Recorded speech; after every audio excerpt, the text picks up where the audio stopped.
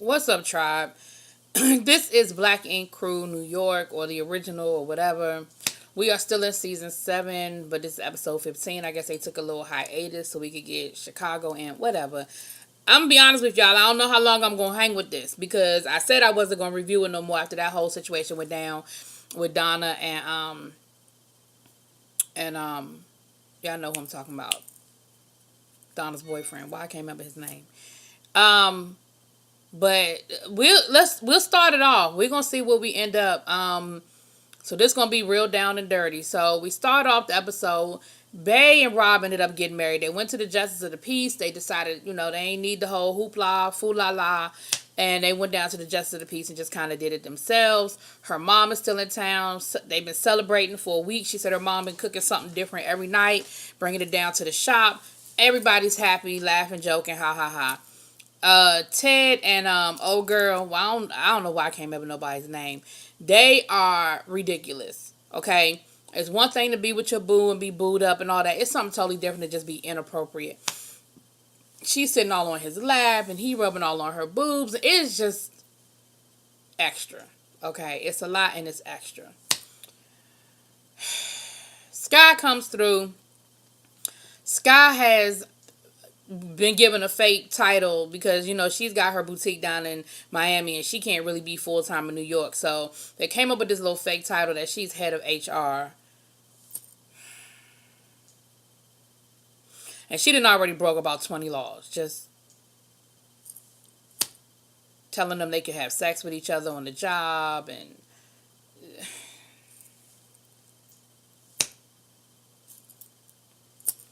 just something to keep her on the show, I guess. So we see I'm gonna get his name.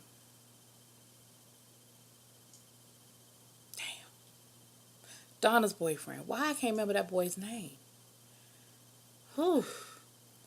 But the one that got jumped by Caesar and Ted at the end of the episode when they were in when they were there for the wedding. And so Alex. So basically Alex is talking to his friends, telling them what went down, and his friends was like, yo, how you want to carry it? How you want to carry it? Like, however you want us to carry this, how we going to carry it? Like, we ain't really tripping. We think Caesar and Ted are some punks anyway, so what you want us to do? And he was like, I don't know, but my back still hurts real bad, and, it's just a lot going on with it. And I ain't even going to prolong this. Come to find out, Alex has hurt his back. He doesn't have a break or any type of spinal injury, but there's some sort of tissue damage, which is going to cause him to have long-term physical therapy, go to see the doctors and all these different specialists. And in the meantime, he can't tattoo.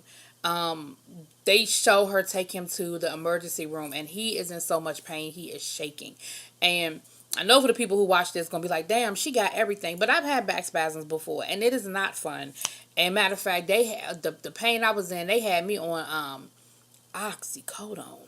I don't know how people take them things for fun because I had to stop taking it. Like, I took it and it scared the hell out of me. Like, I had to stop taking it. I couldn't. So, I don't know how people take those to get high for fun because them things scared me. But anyway, so I've had back spasms and it's not fun. But I didn't have them long term like that. Like, it was just I guess I pulled a muscle or something. And, it was like 2 weeks and then they were gone, thank God. But,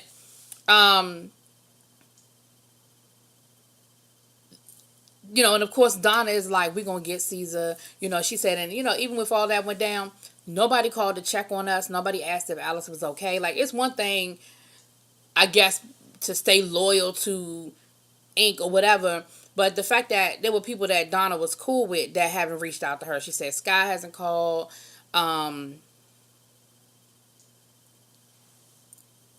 Nobody's called. Lord, where are my names tonight? Golly. But nobody has called. And so, there's a scene. So then we're back at the shop. And they're chilling or whatever.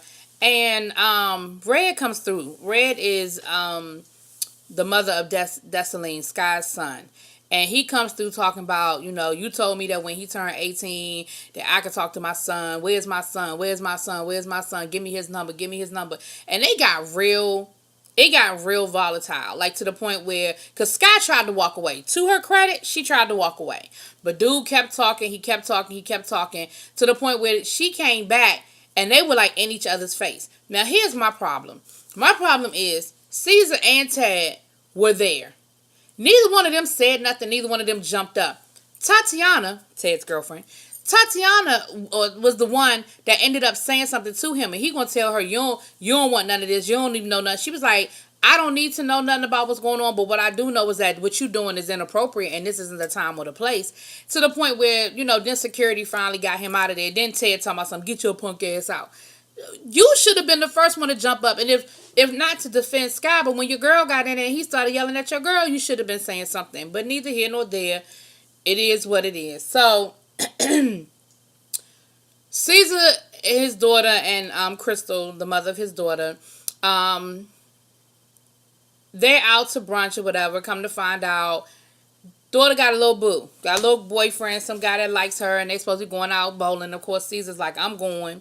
And of course, they do the whole scene where, he going to question the boy and what are your intentions? What are your intentions with my daughter? And, that whole thing. And his daughter pulls him aside and is like, Dad, why are you embarrassing me? I'm not embarrassing you. This is what I'm supposed to do. You my baby. She was like, but I'm growing up. Like, you got to let that go. Like, you have to accept that I'm getting older. And he was like, well, what if I don't want to? And, all men go through this. And we've seen this scene a million different ways, a million different times.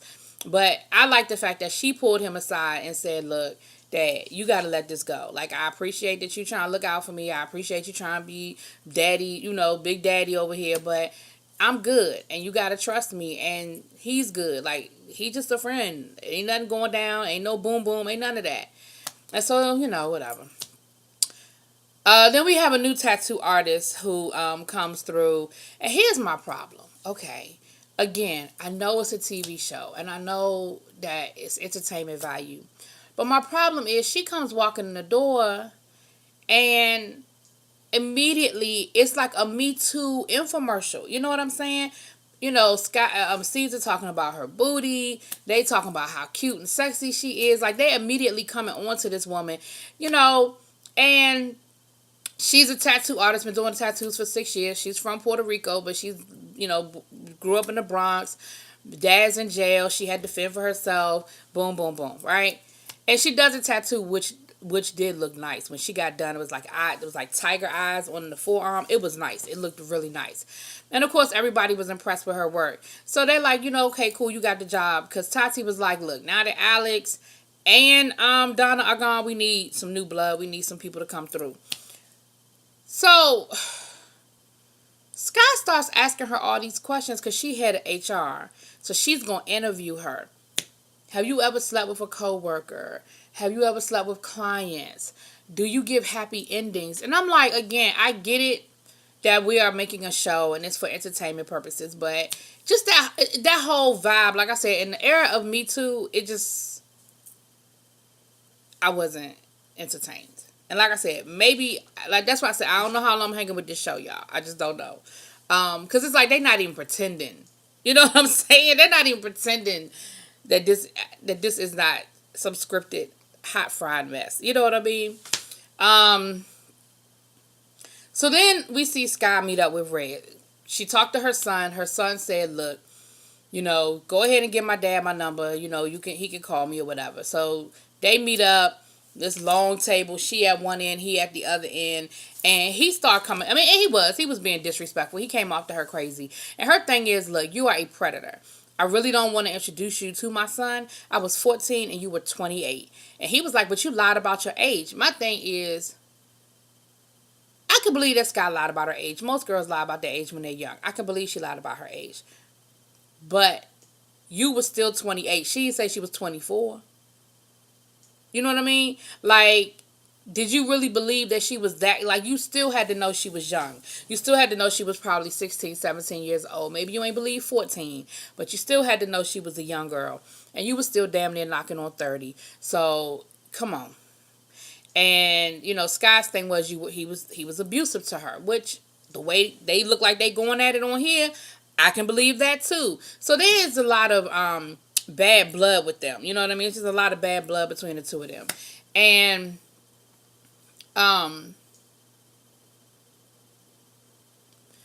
They end up getting into it. She was going to give him the number because she said, I really don't want to do this, but Dessalene said that, he wants you to have his number. So she was going to give it to him.